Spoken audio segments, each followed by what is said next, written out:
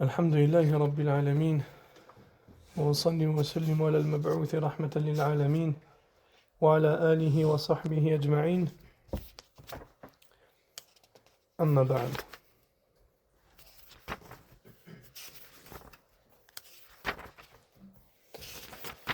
Nous sommes arrivés à Ikhwa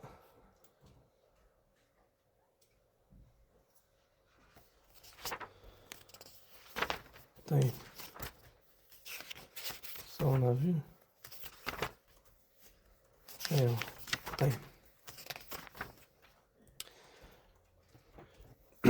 قال المصنف رحمه الله تعالى وأن الله تبارك وتعالى يكلم العباد يوم القيامة ليس بينهم وبينه ترجمان والإيمان به والتصديق به. Imam Ahmed rahimahullah, qu'est-ce qu'il nous dit? Il nous dit, fait partie des fondements des gens de la sunna, qu'il croit qu'Allah tabaraka wa ta'ala parlera aux créatures et à ses serviteurs le jour du jugement dernier, sans intermédiaire. Et on a foi en cela et on considère cela comme véridique et vrai. Le cheikh nous dit, أي من الأصول التي جاءت بها السنة وأجمع عليها أهل السنة ويلزم المسلم أن يعتقدها وأن يؤمن بها الإيمان بأن الله يكلم العباد يوم القيامة ليس بينه وبينهم ترجمان. Le cheikh Suleiman, qu'est-ce qu'il nous dit? Il nous dit que parmi les fondements qui sont venus dans la sunna et sur lesquels les gens de la sunna sont unanimes et auxquels chaque musulman doit croire, il y a la croyance qu'Allah tabaraka wa ta'ala parlera à ses serviteurs le jour de la résurrection sans qu'il y ait entre lui et eux d'intermédiaire ou d'interprète, turjuman. Il nous dit Wallahu tabaraka wa ta'ala yukallimu al-ibada yawm al-qiyamati yukallimu abdahu laysa baynahu wa baynahu turjuman. Donc il nous dit Allah tabaraka wa ta'ala parlera à son serviteur le jour de la résurrection sans aucun intermédiaire entre eux. Et il n'y a de doute que cela est quelque chose de grandiose. Il nous dit Wallahi law amanna bihadha haqq al-iman lastahyayna an na'mal as-sayyi'ati fallahu subhanahu wa ta'ala yawm al-qiyamati sayukallimuni ana al-'abdu bi'a'mali فكيف لا أستحي من ربي أن أكون من أعمالي ما يبغضه أو ما يغضبه لكننا نغفل فجميل أن نذكر أنفسنا دائما بهذا. Qu'est-ce qu'il nous dit le cheikh ici? Il nous dit quelque chose d'important par rapport à ce fondement. Il nous dit Wallahi, si nous croyons réellement à cela comme il se doit, c'est-à-dire qu'Allah tabaraka wa ta'ala nous parlera le jour de la résurrection et qu'on se tiendra devant lui, on aurait honte de commettre des péchés. Allah tabaraka wa ta'ala me parlera à moi et il te parlera également à toi. Et le jour de la résurrection, il te parlera à propos de tes œuvres. Alors comment, ya ikhwa, on pourrait ne pas avoir honte devant notre Seigneur et accomplir des choses qui le mettent en colère? Et le problème, chez nous, c'est qu'on est insouciant. Il est donc bénéfique, et judicieux de nous rappeler constamment cette réalité. C'est-à-dire qu'on se retrouvera devant Allah tabaraka wa ta'ala et qu'il parlera directement avec nous sans intermédiaire. Et le problème, c'est que lorsque le péché devient attirant aux yeux du serviteur et qu'il devient facile à commettre, et surtout à cette époque, regardez, subhanallah, comme il est facile de commettre des péchés.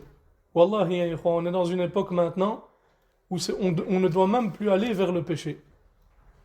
Le péché, subhanallah, vient directement à nous. Il suffit même des fois que tu écoutes la parole d'Allah tabaraka wa ta'ala sur YouTube et que tu te retrouves avec de la musique ou avec des femmes dénudées et autres. C'est-à-dire que, subhanallah, la fitna est tout autour de nous, ya ikhwa. On sort de chez nous, il y a de la fitna. Chez nous, à la maison, il y a de la fitna. Et surtout maintenant avec ces téléphones qu'Allah tabaraka wa ta'ala nous en préserve. Donc il devient facile à commettre des péchés. Et ton âme faiblit, et puis Shaitan te pousse à commettre ce péché. Et lorsque telle est ta situation, Akhil Karim, rappelle-toi, yani cette réalité, et rappelle-toi ceci, et dis-toi, je vais me tenir devant Allah tabaraka wa ta'ala, et Allah me parlera sans intermédiaire.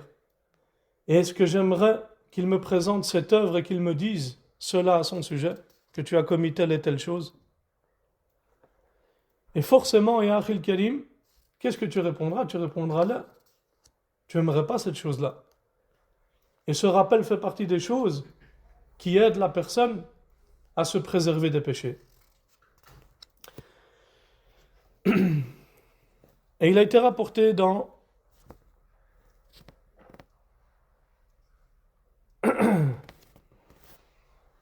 et le cheikh nous dit ensuite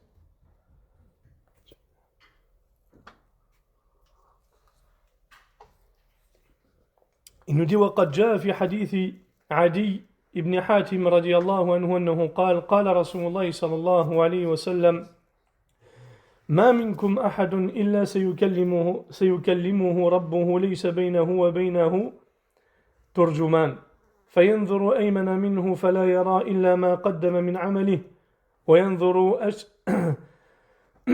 أشأم منه فلا يرى إلا ما قدم وينظر بين يديه فلا يرى إلا النار تلقاء وجهه فاتقوا النار ولو بشق تمرة متفق عليه. Le prophète sallallahu alayhi wa sallam a dit, ya ikhwa, il n'y a aucun d'entre vous à qui Allah ne va pas parler sans qu'il n'y ait entre lui et Allah d'intermédiaire. Alors il va regarder à sa droite et il ne va voir que les actes qu'il a fait précédemment. Puis il va regarder à sa gauche et il ne va voir que ce qu'il a fait. Il va ensuite regarder devant lui et il ne verra que le feu devant son visage. Ainsi, protégez-vous du feu ne serait-ce qu'avec la moitié d'une date. وقال أبو بكر الخلال رحمه الله تعالى وأخبرني علي بن عيسى أن حنبلا حدثهم قال قلت لأبي عبد الله الله يكلم عبده يوم القيامة قال نعم فمن يقضي بين الخلائق إلا الله يكلم عبده يسأله الله متكلم لم يزل الله متكلما يأمر بما شاء ويحكم بما شاء وليس له عدل ولا مثل كيف شاء وأين شاء. Abu Bakr al-Khallal, ya ikhwa, il dit Ali ibn Isa m'a informé que Hanbal leur a raconté, il dit, je demandais à Abi Abdillah, c'est qui Abu Abdillah, ya ikhwa? C'est l'imam Ahmed. J'ai demandé à Abu Abdillah, est-ce qu'Allah parlera à son serviteur le jour de la résurrection? Qu'est-ce qu'il a répondu? Il a répondu oui, bien sûr. Et qui jugera alors entre les créatures si ce n'est Allah tabaraka wa ta'ala? Il parlera à son serviteur et l'interrogera. Et Allah parle. Et Allah n'a certes jamais cessé d'être, et ni celui qui parle, et ni d'avoir cet attribut de la parole. Il ordonne ce qu'il veut et juge comme il veut. Il n'a ni égal ni semblable, il agit comme il veut et où il veut. Il a été également rapporté dans les deux sahih qu'Ibn Umar radiallahu anhuma a dit, il dit يدنى المؤمن يوم القيامة من ربه عز وجل حتى يضع عليه كنفه فيقرره بذنوبه فيقول هل تعرف فيقول أي ربي أعرف قال ثم قال فإني قد سترتها عليك في الدنيا وإني أغفرها لك اليوم فيعطى صحيفة حسناته وأما الكفار والمنافقون فينادى بهم على رؤوس الحلائق على رؤوس الخلائق هؤلاء الذين كذبوا على الله أو كذبوا على الله. Ici il nous dit Ibn Umar radiallahu anhuma yudna al-mu'min yawm al-qiyamati min rabbi. Il dit donc au jour de la résurrection on rapprochera le croyant de son Seigneur tant et si bien qu'il posera son voile sur lui. Il lui fera alors reconnaître ses péchés en lui demandant: reconnais-tu tel péché et tel péché? Il répondra alors: ô Seigneur, je les reconnais. Et Allah tabaraka wa ta'ala dira: je te les ai dissimulés dans le bas monde et je te les pardonne aujourd'hui. Et on lui donnera alors le registre de ses bonnes actions. Par contre, les mécréants et les hypocrites seront appelés devant l'ensemble des créatures et il sera dit: voilà ceux qui ont menti sur Allah. فالمؤمن الذي يخاف الله ويستتر بذنوبه ليس حياء من الناس وإنما يستحي من الله أن يعصيه أمام الناس يستره الله يوم القيامة جزاء لا لاستتارته أو لاستتارته بذنوبه حياء من الله وتعظيما لله أن يعصيه أمام الناس. Qu'est-ce qu'il nous dit, Cheikh Suleiman, ici? Il nous dit: فالمؤمن الذي يخاف الله, le croyant qui craint Allah tabaraka wa ta'ala et qui dissimule ses péchés, non pas simplement par honte des gens, mais parce que il a plutôt honte d'Allah tabaraka wa ta'ala et qu'il refuse de lui désobéir ouvertement et publiquement et ni devant les gens. Allah tabaraka wa ta'ala le couvrira au jour de la résurrection en récompense de cette pudeur et de cette honte qu'il avait envers Allah tabaraka wa ta'ala et yani de cette glorification qu'il avait, yani dont il faisait preuve pour lui. Donc Allah tabaraka wa ta'ala lui fera alors reconnaître ses péchés et il dira: Ey abdi ta'rifu dhanba kadha, yani il dira, subhanallah, ô mon serviteur, reconnais-tu tel péché? Et le cheikh nous dit: la ilaha illallah, كم نحمل من ذنوب نسأل الله أن يرزقنا التوبة وأن يغفر لنا أجمعين. Il dit, subhanallah, le cheikh, la ilaha illallah, combien de péchés, subhanallah, nous on a et on porte sur notre dos. Et on demande à Allah tabaraka wa ta'ala de nous accorder le repentir et de nous pardonner à tous. Donc ici, ce qu'il faut retenir, comme il dit: فَالْقَضِيَّةُ أَنَّ اللَّهَ تَبَارَكَ وَتَعَالَى يُكَلِّمُ عَبْدَهُ يَوْمَ الْقِيَامَةِ. Ce qu'il faut retenir ici, c'est qu'Allah tabaraka wa ta'ala parlera à son serviteur le jour de la résurrection. Et il nous dit: وَأَهْلُ السُنَّةِ وَالْجَمَاعَةِ جَمِيعًا يُؤْمِنُونَ بِهَذَا فَاللَّهُ سُبْحَانَهُ وَتَعَالَى مُتَكَلِّمٌ وَيَتَكَلَّمُ مَتَى شَاءَ وَبِمَا شَاءَ سُبْحَانَهُ وَتَعَالَى. Donc, les gens de la sunna sont unanimes quant à ce fondement, et Allah tabaraka wa ta'ala est celui donc qui est doté qui possède cet attribut de la parole, c'est-à-dire qu'Allah parle et il parle quand il veut et comme il veut, subhanahu wa ta'ala. L'imam Ahmad nous dit ensuite: والإيمان بالحوض وأن لرسول الله صلى الله عليه وسلم حوضا يوم القيامة يرد عليه أمته عرضه مثل طوله مسيرة شهر آنيته كعدد نجوم السماء على ما صحت به الأخبار من غير وجه. Il nous dit, le fondement suivant, c'est que parmi les fondements des gens de la sunna, il y a le fait qu'ils aient foi au bassin. Et le messager d'Allah sallallahu alayhi wa sallam aura un bassin au jour du jugement à la source duquel boira sa communauté. Et sa largeur est égale à sa longueur. Et il sera de l'équivalent d'un mois de marche.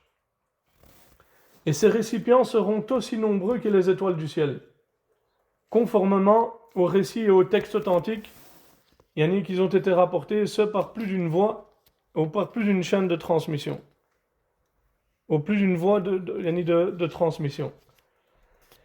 Le cheikh nous dit: ولا زال الكلام عن أصول السنة المتعلقة باليوم الآخر ومن أعظم ما يميز أهل السنة إيمانهم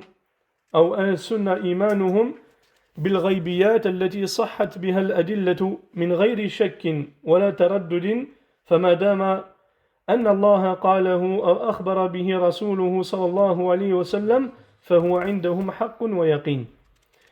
Il nous dit, on continue ici à évoquer et à mentionner les fondements des gens de la sunna et qui concernent le jour dernier. Et parmi les choses qui distinguent le plus les gens de la sunna, il y a leur foi et aux choses de l'invisible. Et qui bien sûr ont été établies par des preuves authentiques. Et il n'y a aucun doute et aucune hésitation dans ces choses-là. Et au moment où Allah tabaraka wa ta'ala l'a dit et nous en a informé et que le prophète sallallahu alayhi wa sallam l'a annoncé, alors c'est pour les gens de la sunna une vérité et une certitude.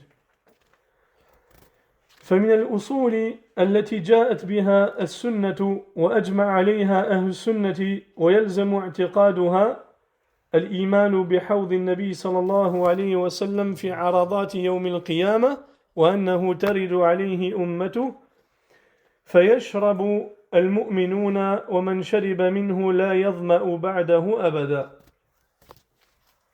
Parmi les fondements qui sont venus dans la sunna et sur lesquels les gens de la sunna sont unanimes et auxquels il est obligatoire à chaque musulman de croire, il y a le fait qu'il y a la croyance au bassin du prophète sallallahu alayhi wa sallam. Et il y a bien sûr sur les vastes étendues du jour de la résurrection. Et sa communauté se présentera à ce bassin. Et les croyants y boiront. Et celui qui boira n'aura plus jamais soif. Le cheikh va nous expliquer qu'est-ce que ça veut dire maintenant n'aura plus jamais soif.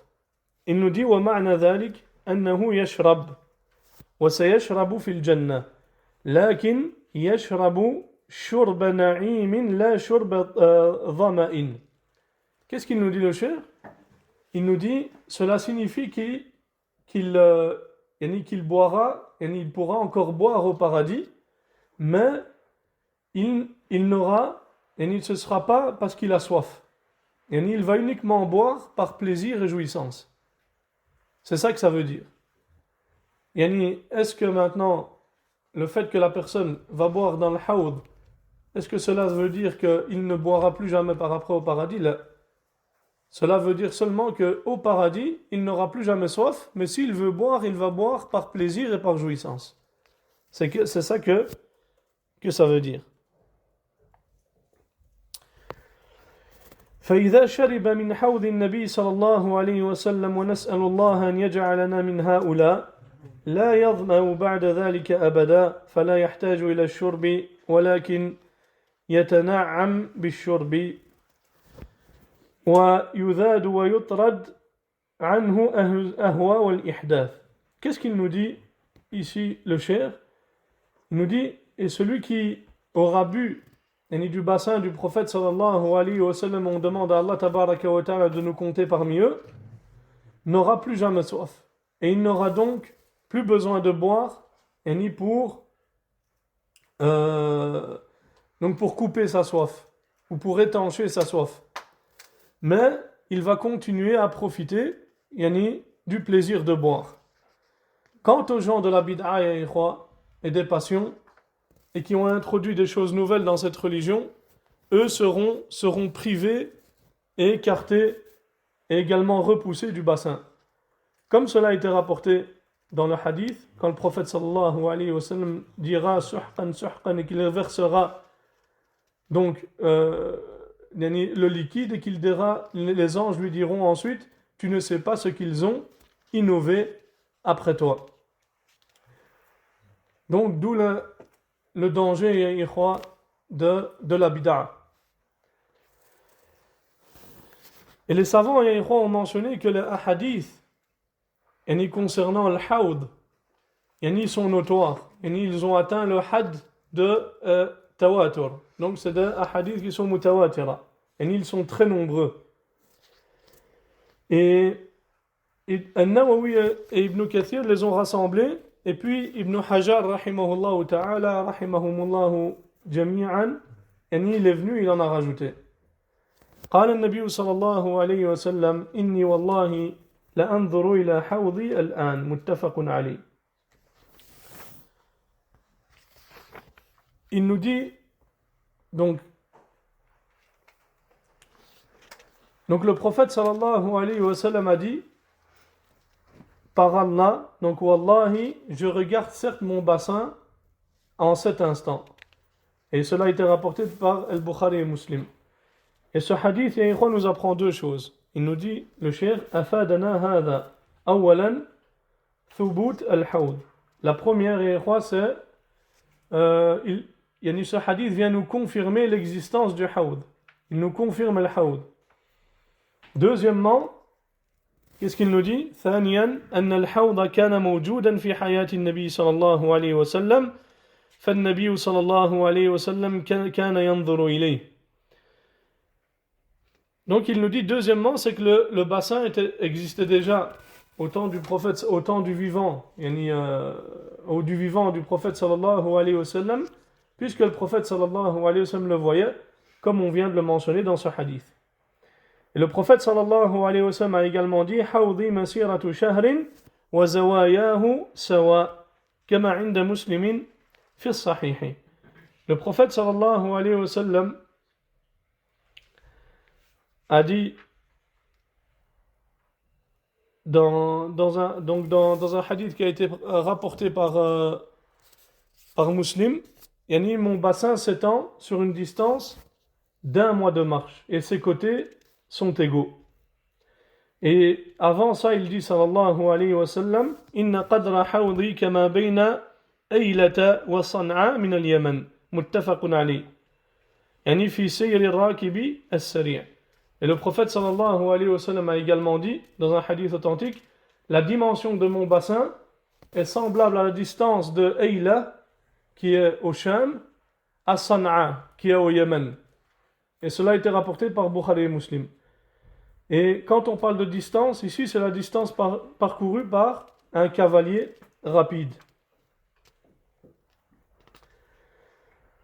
وقال صلى الله عليه وسلم وإن فيه من الأباريق كعدد نجوم السماء متفق عليه. Et le prophète sallallahu alayhi wa sallam, d'abord le cheikh a mentionné, excusez-moi, il dit وقال صلى الله عليه وسلم par rapport à ce hadith là وحوضي مسيرة شهر وزواياه سواء. Il dit donc mon bassin s'étend sur une distance d'1 mois de marche et ses côtés sont égaux. Il est rapporté par Bukhari Muslim. Qu'est-ce qu'il nous dit le cheikh? Il nous dit quelque chose d'important.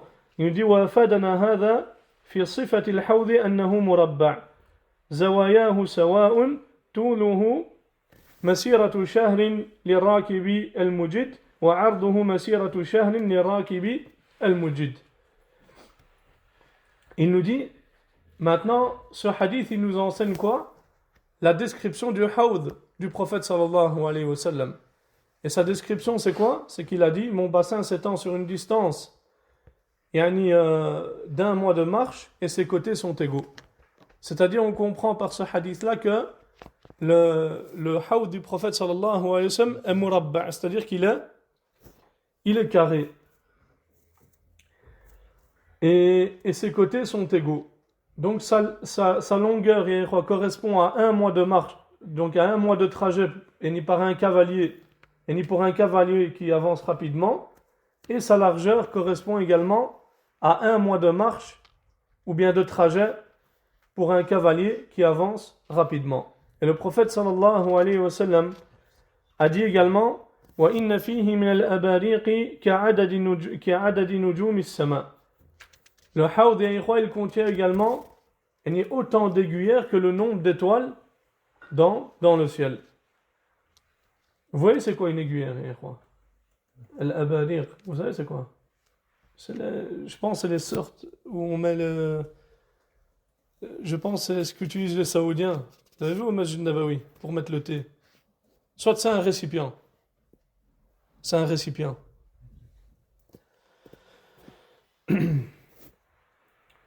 Et il nous dit également بل عدد آنيته أكثر من نجوم السماء فقد قال النبي صلى الله عليه وسلم والذي نفس محمد بيده لآنيته أكثر من عدد نجوم السماء وكواكبها رواه مسلم في الصحيح.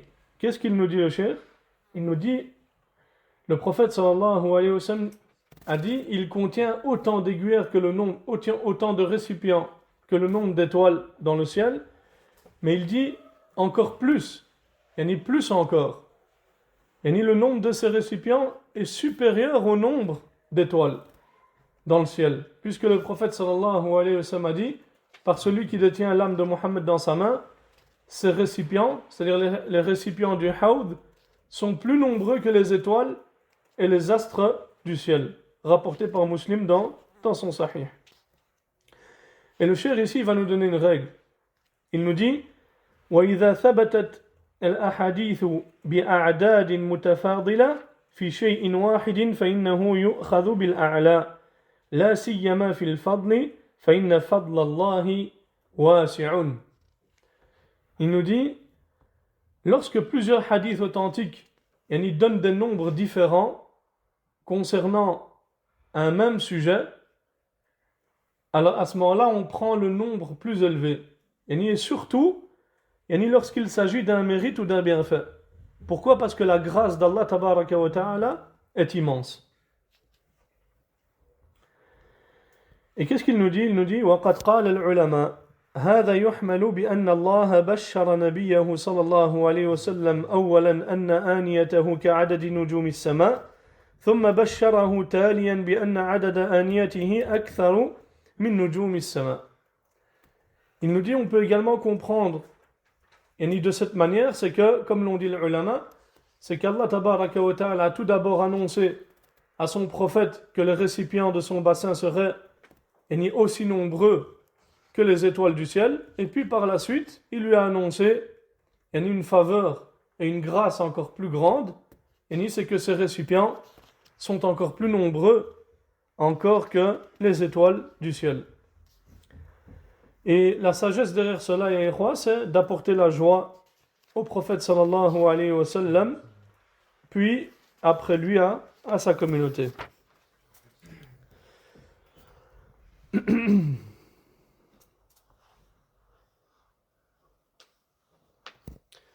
قال المصنف رحمه الله تعالى والإيمان بعذاب القبر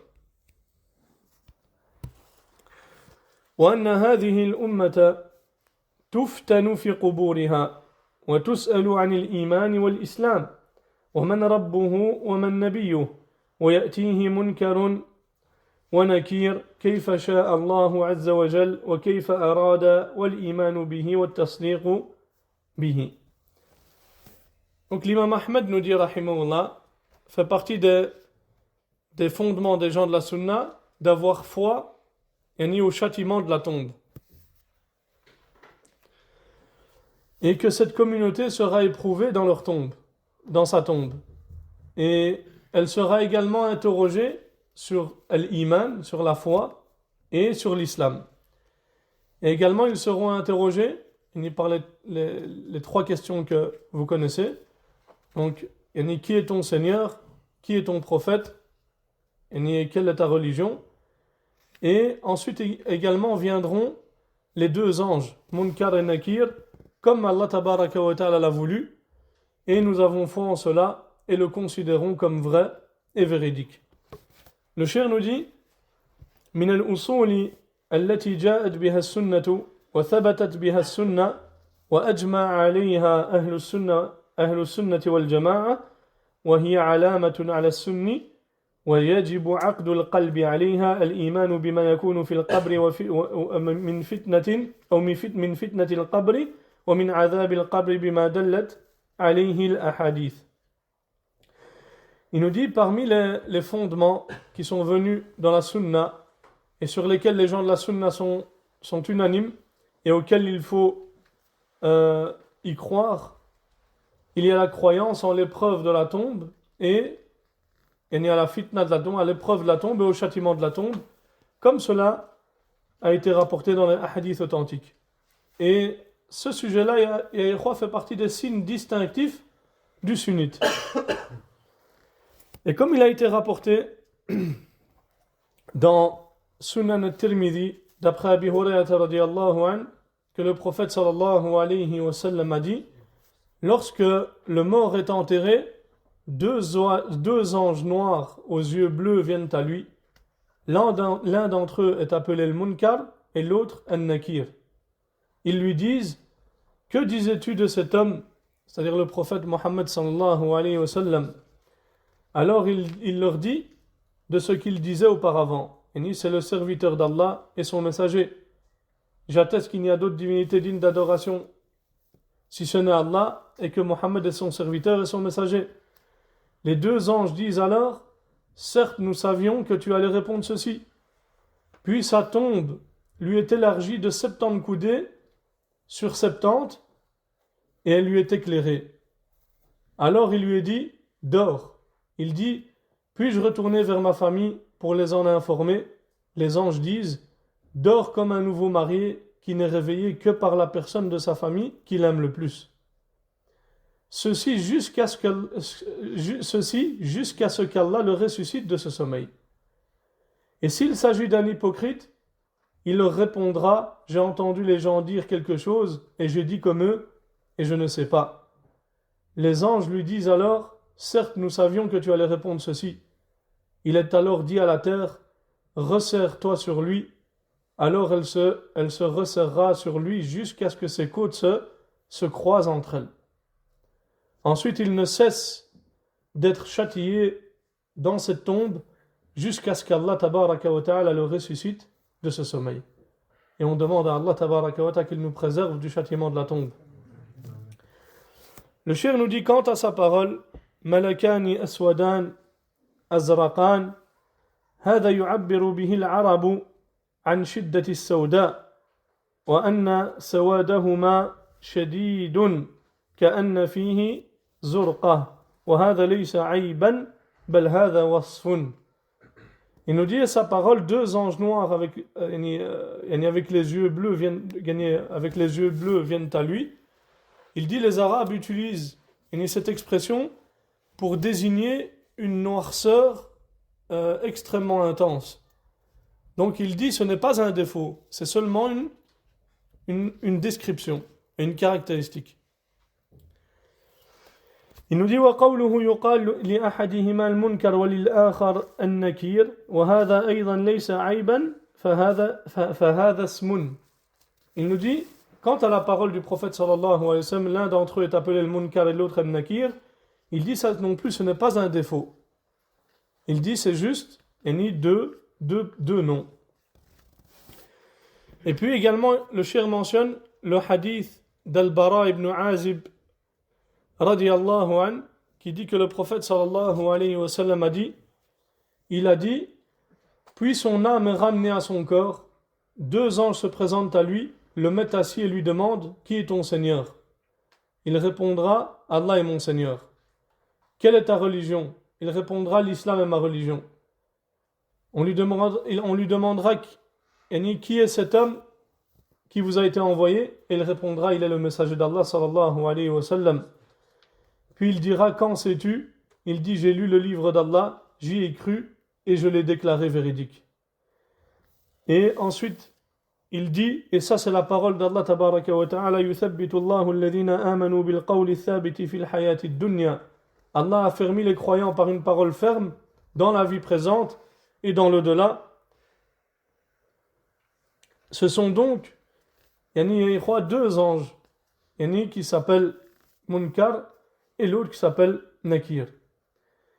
Et dans une autre version, le prophète sallallahu alayhi wa sallam a dit وَهِيَ آخِرُ فِتْنَةٍ تُعْرَضُ عَلَى الْمُؤْمِنِ.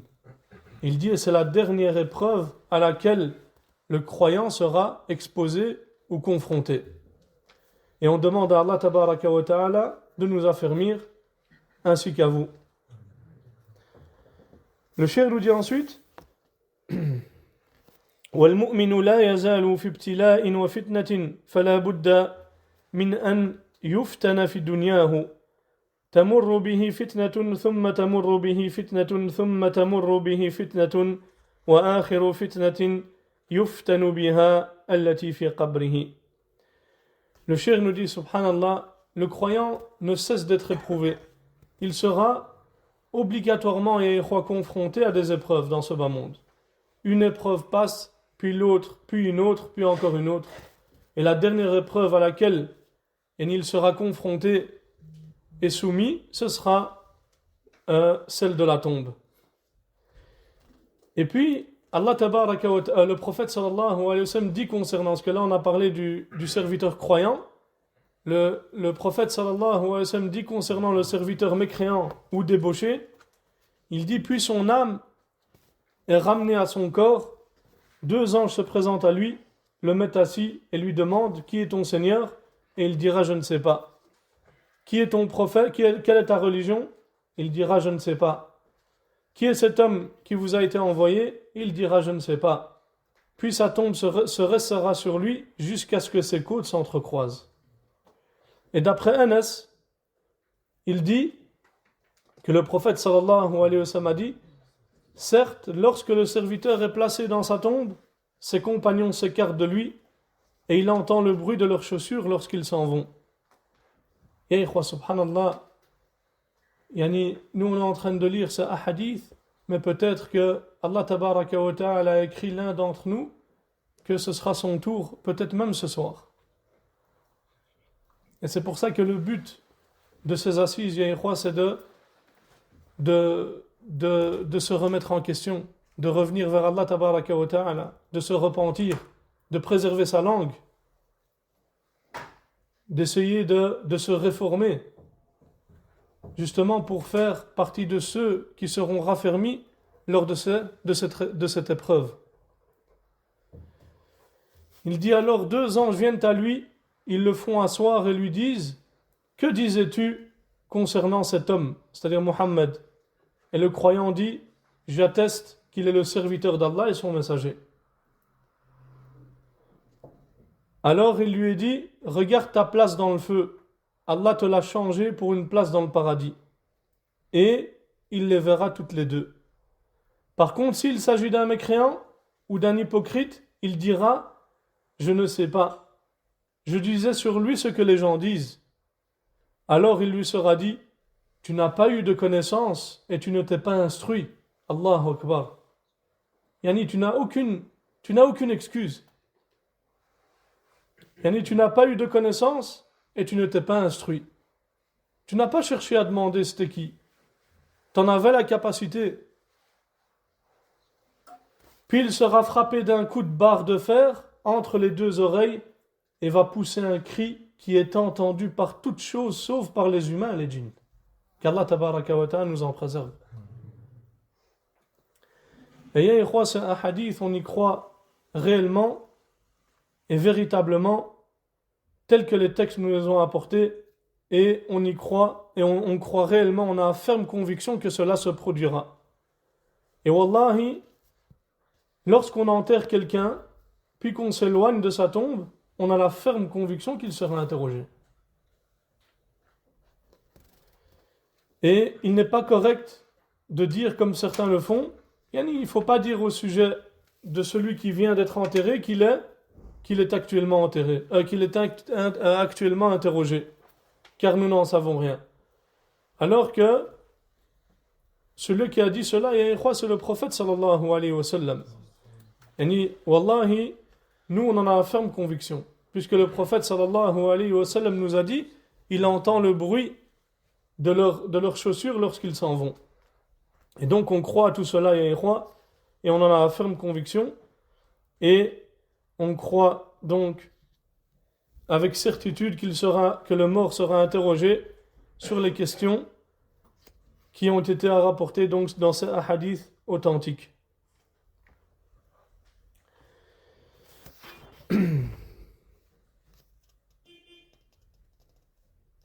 Et le cheikh nous dit وقال أحمد ابن القاسم قلت يا أبا عبد الله تقر بمنكر ونكير وما يروى في عذاب القبر قال نعم سبحان الله كيف تسألني عن هذا كيف ما أقر أو كيف ما أقر سبحان الله نقر بذلك ونقول قلت هذه اللفظة منكر ونكير تقول هذا أو تقول ملكين قال نقول منكر ونكير وهما ملكان وعذاب القبر. Donc Abul Qasim, Ahmed ibn al-Qasim ya ikhwa, a demandé à l'imam Ahmed: Ô Aba Abdillah, crois-tu ou bien affirmes-tu l'existence de Munkar wa Nakir ainsi que ce qui est rapporté concernant le châtiment de la tombe? Il a répondu rahimahullah: bien sûr, subhanallah. C'est-à-dire, il dit bien sûr, subhanallah, comment tu peux me poser cette question? Comment ne pourrais-je pas l'affirmer? Et puis il lui dit: nous l'affirmons et nous le disons. Et puis il demanda à l'imam Ahmed concernant les noms Munkar wa Nakir: est-ce que tu les emploies de cette manière ou tu dis simplement deux anges? Il dit: nous disons Munkar wa Nakir, que ce sont deux anges, et on affirme également le châtiment de la tombe. أي نؤمن بعذاب القبر وأنه ثابت فمن الناس معذب ومن الناس منعم. Donc nous on croit au châtiment de la tombe et au fait qu'il est réel, et certaines personnes y seront châtiées tandis que d'autres y connaîtront des délices. Et il a été rapporté également dans les Sunan d'Abi Daoud, dans le hadith d'Al-Bara ibn Azib, qu'après l'épreuve de la tombe, c'est-à-dire la fitna de la tombe, une voix proclamera du ciel au sujet des croyants. Il dira: une voix venant du ciel s'élèvera alors: mon serviteur a dit vrai, recouvrez dans sa tombe d'ornements du paradis, recouvrez donc sa tombe d'ornements du paradis et habillez-le de vêtements du paradis et ouvrez-lui une porte donnant sur le paradis. L'odeur apaisante et le parfum du paradis lui parviendront alors, et sa tombe sera élargie aussi loin que son regard peut porter. Puis il a dit au sujet de l'homme pervers ou mécréant après l'épreuve: une voix proclamera du ciel: il a menti, étendez-lui donc une couche de l'enfer, habillez-le de l'enfer, et ouvrez-lui une porte donnant sur l'enfer. Sa chaleur et son souffle brûlant lui parviendront alors, sa tombe se resserrera sur lui jusqu'à ce que ses côtes s'entrecroisent. Et puis sera chargé de lui un être aveugle et muet, muni d'une masse de fer telle que, si l'on frappait une montagne avec elle, elle serait réduite en poussière. Il lui assénera un coup qui sera entendu par tout ce qui se trouve entre l'Orient et l'Occident, à l'exception des djinns et des hommes. Il sera alors réduit en poussière, puis son âme lui sera rendue. Et dans une version rapportée par l'imam Ahmed, il est dit au sujet du croyant: une voix du ciel s'élèvera alors: mon serviteur a dit vrai, recouvrez donc sa tombe d'ornements du paradis et habillez-le des vêtements du paradis et ouvrez-lui une porte donnant sur le paradis. L'odeur apaisante et le parfum du paradis lui parviendront alors, et sa tombe sera élargie aussi loin que son regard peut porter. Un homme au beau visage, vêtu de beaux vêtements et exhalant un parfum agréable, se présentera à lui et dira: reçois la bonne nouvelle de ce qui te réjouit. Ceci est le jour qui t'était promis. Qui es-tu? Il dira: ton visage présage du bien. Et il dira: je suis tes bonnes œuvres. Et il dira: ô Seigneur, hâte la venue de l'heure afin que je rejoigne ma famille et mes biens. Quant aux serviteurs mécréants, une voix venant du ciel se lève alors, et elle dira: il a menti. Recouvrez donc sa tombe de feu et ouvrez-lui une porte donnant sur l'enfer. La chaleur et l'odeur du pu parviendront alors, et sa tombe se resserrera sur lui au point que ses côtes s'entrecroisent. Un homme au visage laid, mal vêtu et ayant une mauvaise odeur viendra à lui et lui dira: reçois la nouvelle de ce qui te déplaît. Ceci est le jour qui t'était promis. Qui es-tu? Il lui dira. Et il lui dira: ton visage présage du mal. Il dira: je suis tes mauvaises actions. Ensuite il dira: ô Seigneur, fais que l'heure ne survienne pas. Allahu Akbar. Et ce parce que le châtiment qui lui attend le jour de la résurrection est encore pire que le châtiment qu'il a dans sa tombe. Et donc, les gens de la sunna croient en tout cela et en tous ces hadiths et sont convaincus que cela se produira réellement. Et ils ne demandent pas, comment cela peut se produire dans la tombe. Comme certains disent, on a ouvert une tombe et on n'a rien vu de tout cela.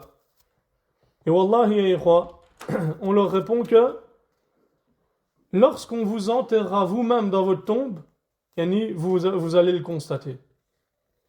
Et ça, c'est une réalité qu'Allah Tabaraka wa Ta'ala nous a cachée, pour une sagesse. Et ça, c'est la vie del barzakh. Et celui qui est enterré, il connaîtra cette réalité. Et on demande à Allah Tabaraka wa Ta'ala de ne nous y faire rencontrer que du bien. Et donc nous on croit à tout cela comme cela est venu dans le hadith. Et le cheikh nous dit, pour conclure, il nous dit وهذه الأصول علامة على أهل السنة فإذا وجدت رجلا ولو كان يوصف بأنه عالم ولو كان يعظمه كثير من الناس إذا وجدته لا يؤمن بفتنة القبر ولا يؤمن بعذاب القبر فاعلم أنه ليس من أهل السنة وإن زان كلامه عند الناس وإن كان كثير من الناس يسمعون له فما دام أنه لا يؤمن بفتنة القبر ولا يؤمن بعذابه على ما ورد في الأحاديث فإنه لا يكون من أهل السنة. Le cheikh nous dit, si tu trouves un homme, même si il se présente comme étant un savant, même si beaucoup de gens lui accordent de l'importance et qu'il est connu auprès d'eux, mais qu'il ne croit pas à l'épreuve de la tombe ou bien au châtiment de la tombe, alors sache qu'il ne fait pas partie des gens de la sunna, mais il fait partie des gens de la bid'a. Et peu importe qu'il embellisse ses paroles avec devant les gens ou que beaucoup de gens l'écoutent, tant qu'il ne croit pas à l'épreuve de la tombe et au châtiment de la tombe, tels qu'ils ont été rapportés dans les hadiths, il ne fait pas partie des gens de la sunna. قال المصنف رحمه الله تعالى, on termine par ça. والإيمان بشفاعة النبي صلى الله عليه وسلم وبقوم يخرجون من النار بعدما احترقوا وصاروا فحما فيؤمر بهم إلى نهر على باب الجنة كما جاء في الأثر كيف شاء الله وكما شاء إنما هو الإيمان به والتصديق به. L'imam Ahmed nous dit, rahimahullah, fait partie des fondements des gens de la sunna, le fait de croire et d'avoir foi en l'intercession du prophète sallallahu alayhi wa sallam. Et également d'un groupe de gens qui sortiront de l'enfer après y avoir été brûlés jusqu'à devenir du charbon, juste à être calcifiés. Et il sera ordonné de les amener à un fleuve qui se trouve à l'entrée du paradis, comme cela est venu dans les textes. Et ce, comme Allah le veut, et de la manière qu'il a voulu, et on doit avoir foi en cela, et considérer cela comme vrai et véridique. Le cheikh nous dit, ومن الأصول التي جاءت بها السنة وصدقها أهل السنة وأجمع عليها أهل السنة ويجب على المسلم أن يعتقدها الإيمان بشفاعة النبي صلى الله عليه وسلم. Donc, parmi les fondements qui ont été rapportés dans la sunna et auxquels les gens de la sunna sont tous unanimes et sur lesquels ils sont unanimes, et auxquels chaque musulman doit y croire, il y a la croyance à l'intercession du prophète sallallahu alayhi wa sallam. Et l'intercession, shafa'atu, ça veut dire quoi? Il nous dit huwa at-tawassutu lil ghayri bi daf'i ad-darri aw jalbi al-khayr. Il nous dit l'intercession, c'est le fait de se mettre comme intermédiaire ou bien s'interposer en faveur de quelqu'un afin de repousser un mal ou d'apporter un bien. Ça, c'est l'intercession. Et il nous dit وَنَبِيُّنَا صَلَى اللَّهُ عَلَيْهِ وَسَلَّمْ شَافِعٌ مُشَفَّعٌ لكنه صلى الله عليه وسلم لا يشفع إلا بعد إذا يستأذن ربه سبحانه وتعالى. Il nous dit, le cheikh Hafidhahullah, notre prophète sallallahu alayhi wa sallam intercédera et son intercession sera acceptée. Mais il n'intercédera qu'après avoir demandé la permission à son Seigneur. Et il n'intercédera pas en faveur du polythéiste. Yani, le mushrik, il n'aura jamais l'intercession du prophète sallallahu alayhi wa sallam. Et il ne pourra pas obtenir ni bénéficier de la shafa'a, de l'intercession du prophète sallallahu alayhi wa sallam. ولا يشفع لمشرك فهؤلاء الذين يشركون ويدعون ويستغيثون بغير الله ثم يطلبون شفاعة النبي صلى الله عليه وسلم ويا ليتهم يطلبونها من الله وليسوا أهلا لها يطلبونها من رسول الله صلى الله عليه وسلم فيشركون حتى في طلب الشفاعة هؤلاء لا حظ لهم في شفاعة النبي صلى الله عليه وسلم فوالله إن نبينا صلى الله عليه وسلم لا يشفع لمشرك إلا ما جاء عنه بالشفاعة لعمه لتخفيف العذاب عنه. Il nous dit, ya ikhwa, hafidhahullah ta'ala, donc, le prophète sallallahu alayhi wa sallam n'intercédera jamais pour le mushrik, pour le polythéiste. Donc, ceux qui commettent du shirk invoquent autre qu'Allah, demandent le secours à autre qu'Allah, puis demandent l'intercession du prophète sallallahu alayhi wa sallam. Et si seulement ils demandaient cette intercession à Allah, mais non, plutôt ils la demandent directement au prophète sallallahu alayhi wa sallam. Et ça, c'est du shirk, ya ikhwa.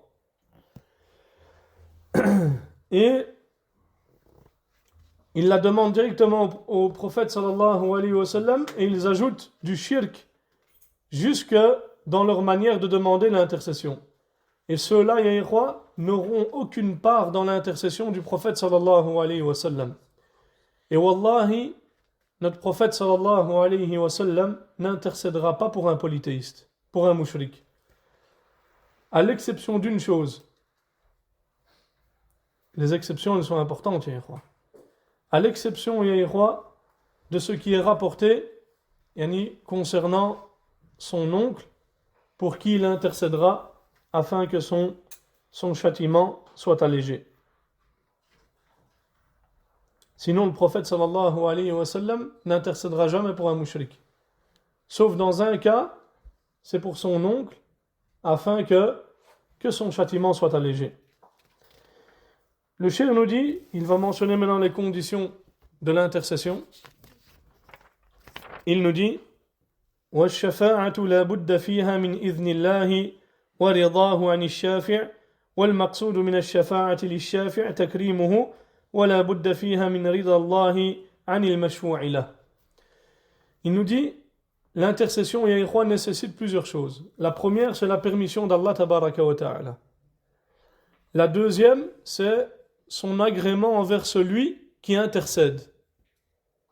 Donc la permission d'Allah, donc son agrément envers celui qui intercède et son agrément envers celui en faveur de qui l'intercession est faite. Et quant à celui qui intercède, ya ikhwa, yani, l'objectif ici de l'intercession, c'est quoi? C'est aussi de l'honorer. Et le cheikh nous dit ici, فَإِنْ قِيلَ أَلَيْسَتْ شَفَاعَةُ النَّبِي صلى الله عليه وسلم لأهل الكبائر من أمته. Il nous dit, mais l'intercession du prophète sallallahu alayhi wa sallam, est-ce que ce ne sera pas pour ceux yani, qui ont commis des grands péchés parmi yani, parmi les monothéistes de sa communauté, ni ceux qui ont commis des grands péchés? Et il nous dit, Naqulu bala wallah. Il dit, on répond, si par Allah. Puis il nous dit, alors comment comprendre le fait qu'Allah doit être satisfait de celui en faveur de qui l'intercession est faite? فكيف تقول أو تقولون لا بد من رضا الله عن المشفوع له نقول رضا الله عن المشفوع له بتوحيده فلا بد أن يكون موحدا وغير الموحد الذي يشرك بالله الشرك الأكبر ليس أهلا للشفاعة.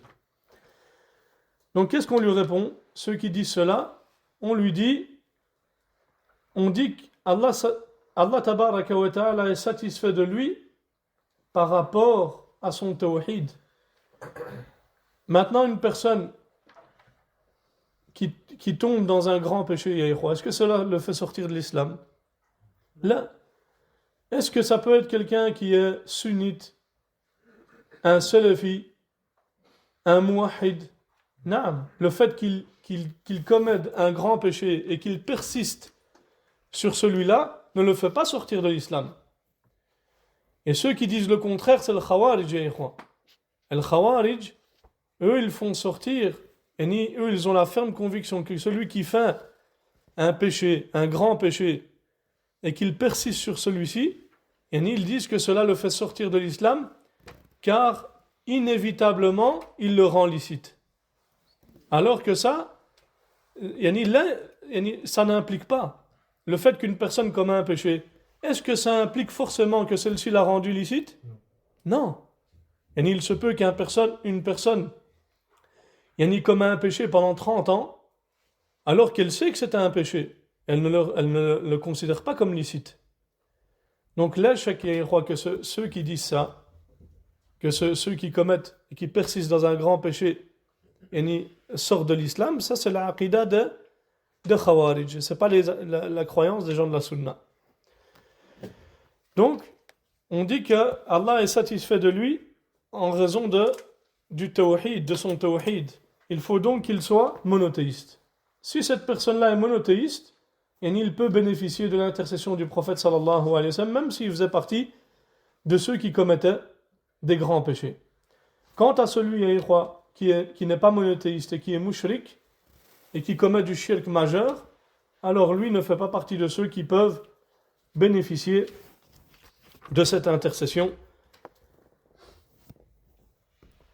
Et Allah tabaraka wa ta'ala nous dit يَوْمَئِذٍ لَا تَنْفَعُ الشَّفَاعَةُ إِلَّا لِمَنْ أَذِنَ لَهُ الرَّحْمَنُ وَرَضِيَ لَهُ قَوْلًا. En ce jour, aucune intercession ne sera acceptée, sauf de celui auquel le miséricordieux le permettra et dont il agréera la parole. Donc, فَالشَّفَاعَةُ كُلُّهَا لِلَّهِ. Donc, l'intercession, donc toute intercession ne dépend que d'Allah tabaraka wa ta'ala. إنما يملكها الله تبارك وتعالى ونبينا صلى الله عليه وسلم لا يملك الشفاعة لكنه يعطاها ولذلك لا تطلب الشفاعة إلا من مالكها إلا من الله سبحانه وتعالى ولا تطلب من النبي صلى الله عليه وسلم بل طلبها من النبي صلى الله عليه وسلم يمنعها لأنه شرك بالله سبحانه وتعالى وقال الله عز وجل قل الله الشفاعة جميعا. Donc ici, il nous dit, le cheikh, hafidhahullah, donc toute intercession ne dépend que d'Allah tabaraka wa ta'ala et elle revient à Allah tabaraka wa ta'ala seul et c'est lui qui en est le maître. Et notre prophète sallallahu alayhi wa sallam ne possède pas l'intercession ni de lui-même. Il n'en est pas le maître. Mais plutôt, l'intercession lui sera accordée. Et c'est pourquoi l'intercession ne doit pas être demandée, ne doit être demandée qu'à celui qui la possède. Et celui qui la possède, c'est qui, Yahya? C'est Allah tabaraka wa ta'ala. Donc elle ne doit pas être demandée au prophète sallallahu alayhi wa sallam. Mais au contraire, le fait de demander l'intercession au prophète sallallahu alayhi wa sallam prive la personne de cette intercession. Pourquoi? Parce que cela constitue du shirk envers Allah tabaraka wa ta'ala. Et Allah tabaraka wa ta'ala nous dit, toute intercession ne dépend que d'Allah. Le cheikh nous dit wa shafa'atu an-nabi sallallahu alayhi wa sallam anwa'un minha شفاعة خاصة وهي شفاعته صلى الله عليه وسلم للقضاء بين الناس وشفاعته لفتح باب الجنة وشفاعته لعمه أبي طالب أن يخفف عنه العذاب. Donc l'intercession du prophète sallallahu alayhi wa sallam, ya ikhwa, est de plusieurs types. Le premier type, ya ikhwa, c'est une intercession qui est spécifique. Et qui est spécifique à lui. La première, dans cette catégorie, de qui est spécifique à lui, il y a son intercession afin que le jugement, commence entre les gens. Et la deuxième, c'est son intercession afin que la porte du paradis s'ouvre. Et sa troisième intercession, c'est son intercession en faveur de son oncle Abi Talib, afin que son châtiment soit allégé. Donc la première, c'est afin que son intercession afin que le jugement commence entre les gens. La deuxième, c'est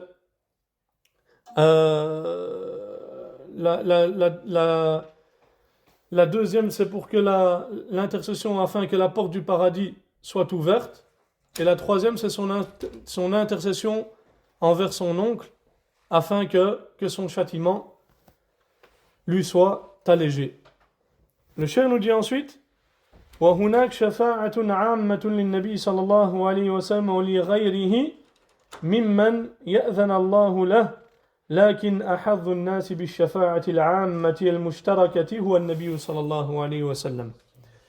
Il nous dit il existe également une intercession générale. On a vu l'intercession spécifique, maintenant il y a une intercession générale qui a accordé au prophète sallallahu alayhi wa sallam ainsi qu'à d'autres personnes à qui Allah tabaraka wa ta'ala donnera la permission d'intercéder.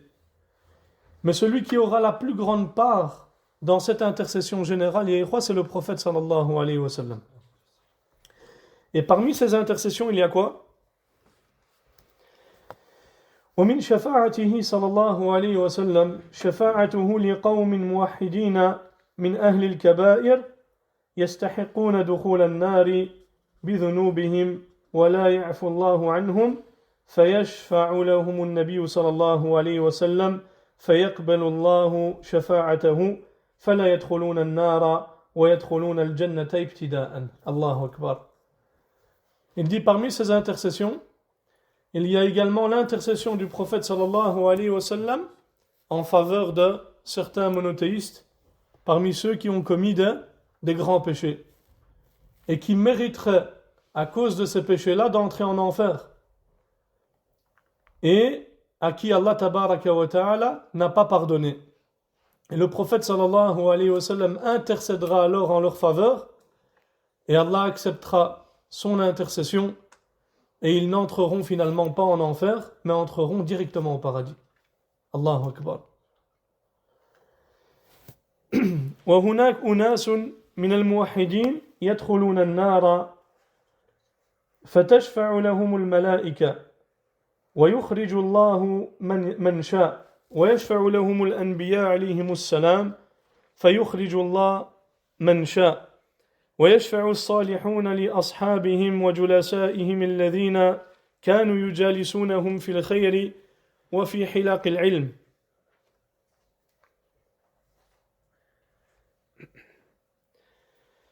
وكانوا يصلون ويصومون معهم لكنهم فعلوا كبائر استحقوا بها دخول النار فيدخلون النار فإذا جاوز أولئك الصالحون الصراط ورأوا أنهم قد نجوا شفعوا لأصحابهم وقالوا يا ربنا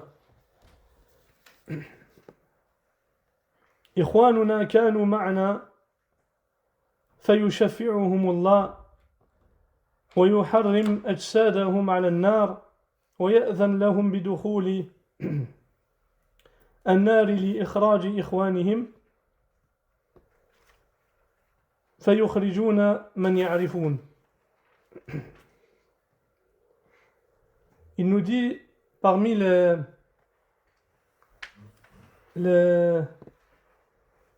les intercessions, c'est que d'autres monothéistes entreront en enfer et les anges intercéderont en leur faveur et Allah en fera sortir qui il veut. Et les prophètes alayhimussalam intercéderont eux aussi et Allah en fera sortir qui il veut. Et il y a également les pieux qui intercéderont également en faveur de leurs compagnons et de ceux avec qui ils avaient l'habitude de s'asseoir dans le bien et dans les assises de science. Et ni ces personnes priaient et jeûnaient avec eux, mais elles ont commis des grands péchés qui leur avaient valu d'entrer en enfer. Et lorsque ces pieux auront franchi donc as-sirat, le pont, et qu'ils verront qu'ils ont été sauvés, ils intercéderont en faveur de leurs compagnons en disant: Ô Seigneur, nos frères étaient avec nous. Et Allah tabaraka wa ta'ala acceptera alors leur intercession, préservera leur corps du feu et leur permettra d'entrer en enfer afin d'en faire sortir leurs frères. Et ils en feront alors sortir ceux qu'ils reconnaîtront. Et le cheikh nous dit: Wal julasa'u as-salihun hum ahlus sunnah. Il dit: Walidhalika min fawaidi as-suhbati as-salihati anna al-insana yarju law zallat bihi al-qadam fakana min ahli al-kaba'ir wa hakama Allahu alayhi bin-nar wa dakhalaha an yashfa'a lahu ulaika as-salihun alladhina yujalisuhum. Le cheikh nous dit: c'est pour cela que parmi les bienfaits de la bonne compagnie, il y a le fait que la personne peut espérer, si elle venait par exemple à glisser ou à faiblir et à faire partie des auteurs ou bien de ceux qui commettent des grands péchés, qu'Allah tabaraka wa ta'ala décrète son entrée en enfer et qu'elle y entre, et puis que les pieux qu'elle fréquentait puissent intercéder en sa faveur. Et les bonnes fréquentations, sont celles des gens de la sunna. Quant aux gens d'innovation, ce ne sont pas des bonnes fréquentations. Ils n'apportent aucun bien, ni dans ce bas monde, ni dans l'au-delà. Donc, ya akhil karim, veille à fréquenter les gens du bien et les gens de la sunna. Reste avec eux, renforce-les et augmente leur nombre, car leur fréquentation contient du bien dans cette vie, d'ici-bas comme dans l'au-delà. Et le prophète sallallahu alayhi wa sallam a dit: يخرج قوم من النار بشفاعة محمد صلى الله عليه وسلم فيدخلون الجنة يسمون الجهنميين. رواه البخاري. Le prophète sallallahu alayhi wa sallam a dit: des gens sortiront de l'enfer grâce à l'intercession de Mohammed sallallahu alayhi wa sallam, ils entreront au paradis et seront appelés les Jahannamiyoun. Et le hadith a été rapporté par Al-Bukhari. وَأَعْظَمُ مِنْ هَذَا أَنَّ جَمَاعَةً مِّنْهُمْ يَخْرُجُونَ بِرَحْمَةِ اللَّهِ سُبْحَانَهُ وَتَعَالَى. Et encore quelque chose de plus grandiose que cela, ya ikhwa, c'est que certains sortiront de l'enfer seulement par la miséricorde d'Allah tabaraka wa ta'ala. Et comme il a été rapporté dans le Sahih Muslim, d'après Abi Sa'id radiyallahu anhu, que le prophète sallallahu alayhi wa sallam a dit: en ce qui concerne les gens du feu, qui sont les habitants, et qui sont ses habitants, alors certes, ni ils ne meurent dans le feu, ni ils n'y vivent. Mais il y a des gens qui seront brûlés par le feu à cause de leurs péchés, et Allah va les faire mourir, et lorsqu'ils seront des cendres, alors la permission pour l'intercession sera donnée. Ils seront apportés groupe par groupe et seront dispersés sur les fleuves du paradis. Puis il sera dit: ô les gens du paradis, versez de l'eau sur eux, alors ils vont pousser comme pousse la graine arrosée par le ruisseau. Et il est rapporté également dans les deux sahih d'après Abi Sa'id al-Khudri que le prophète sallallahu alayhi wa sallam a dit: ceux destinés au paradis y entreront et ceux au feu entreront au feu. Et après quoi Allah tabaraka wa ta'ala dira: faites sortir ceux qui avaient dans le cœur ne fût-ce que le poids d'un grain de moutarde de foie, d'un grain de moutarde de foie. Et en effet, on les fera sortir, calcinés qu'ils seront, on les jettera dans le fleuve, qu'ils appellent le fleuve de la pluie, et dans une autre version, parce que ici le narrateur, on ne sait pas, il ne savait pas c'était laquelle des deux, donc le fleuve de la pluie ou le fleuve de la vie, et de là, ils repousseront comme repousse une graine au bord du torrent. N'as-tu pas vu qu'elle sort toute jaune et courbée? Et dans un long hadith, et on termine par cela, le prophète sallallahu alayhi wa sallam a dit, Allah tabaraka wa ta'ala dira, les prophètes, les anges, les croyants intercéderont, et Al-Jabbar dira, c'est-à-dire Allah tabaraka wa ta'ala dira, il reste mon intercession. Il saisira une poignée en enfer et en fera sortir des gens déjà carbonisés. Ils seront jetés dans une rivière située au bord du paradis appelée l'eau de la vie. Et ils repousseront sur ses bords comme un grain pousse dans l'écume d'un torrent.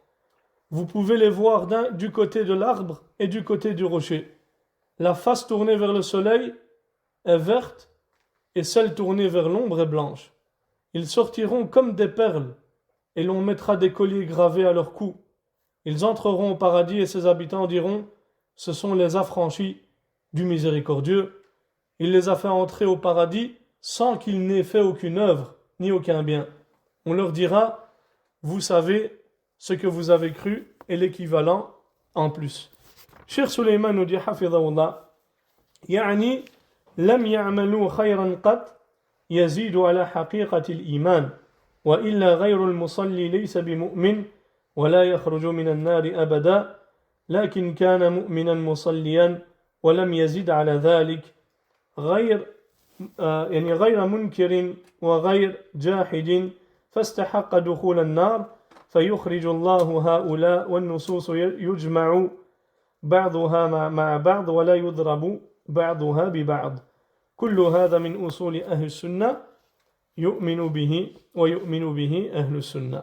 Le cheikh nous dit, quant à sa parole, sans qu'il n'ait fait aucune œuvre, c'est-à-dire une œuvre ajoutée à la réalité de sa foi. Car celui qui ne prie pas, n'est pas croyant et ne sortira jamais de l'enfer, et c'est l'avis de cheikh. Lakin Cheikh l'Islam, comme vous savez, a longuement parlé de ce hadith et de cette ibara, lam ya'malu khayran qat. Et qu'est-ce qu'il nous dit le cheikh? Il dit, il s'agit donc de quelqu'un qui avait la foi, qui accomplissait la prière, mais ne reniait pas son caractère obligatoire, ni ne rejetait cela, mais qui n'avait pas ajouté beaucoup d'œuvres à cela, et il avait commis ce qui lui avait valu et d'entrer en enfer. Puis Allah tabaraka wa ta'ala fera sortir ces personnes, et les textes doivent être réunis et compris les uns avec les autres, et non opposés les uns aux autres, et tout ça fait partie des fondements des gens de la sunna. Et les gens de la sunna y croient, et on s'arrêtera ici et y croient. هذا وصلى الله على نبينا محمد وعلى آله وصحبه وسلم. جزاكم الله خيرا.